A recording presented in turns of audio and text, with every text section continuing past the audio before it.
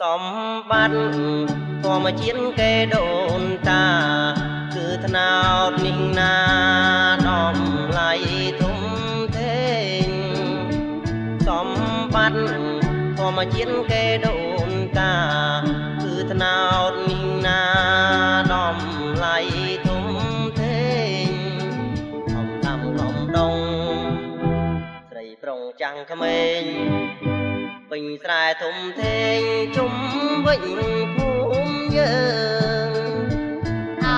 ណាសម្បត្តិដូនតាប្រសៀលបងឡើងគៀបរិទ្ធ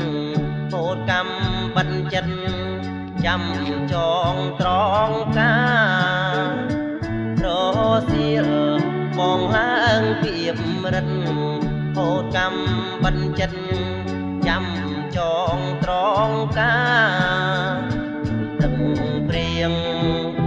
ទឹកស្រង់ពេញហៀជូនពើរំងាស់ជាស្គបអែមឈ្ងុយអោណាស្គបក្លែនឈ្ងុយឆ្ងាញ់តាមអាច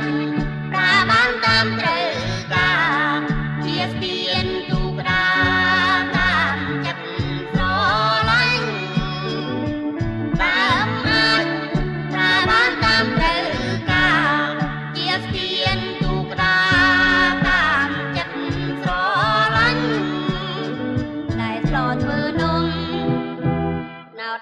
បំពេញ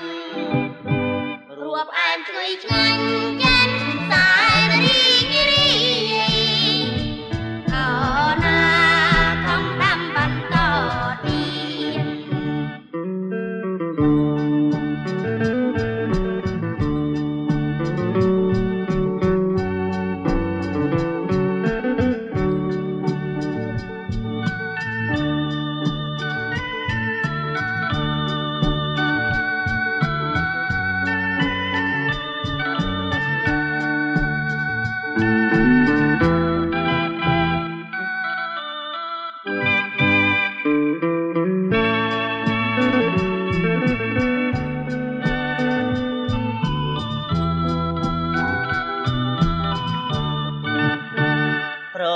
សៀលបងឡើងគៀបរិទ្ធហូតកម្មបិណ្ឌចិត្តចាំចងត្រង់កាប្រសៀលបងឡើងគៀបរិទ្ធហូតកម្មបិណ្ឌចិត្តចាំចងត្រង់កាទឹកព្រៀងទឹកស្រង់ពេញហៀជូនពើរំងាស់ជាស្គបអែមឈ្ងុយ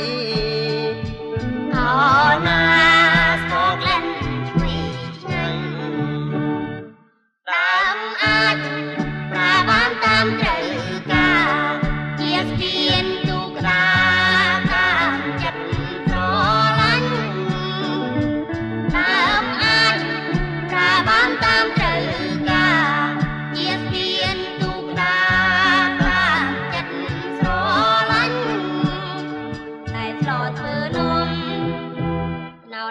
បំពេញរួមផ្អែមឈ្ងុយឆ្ងាញ់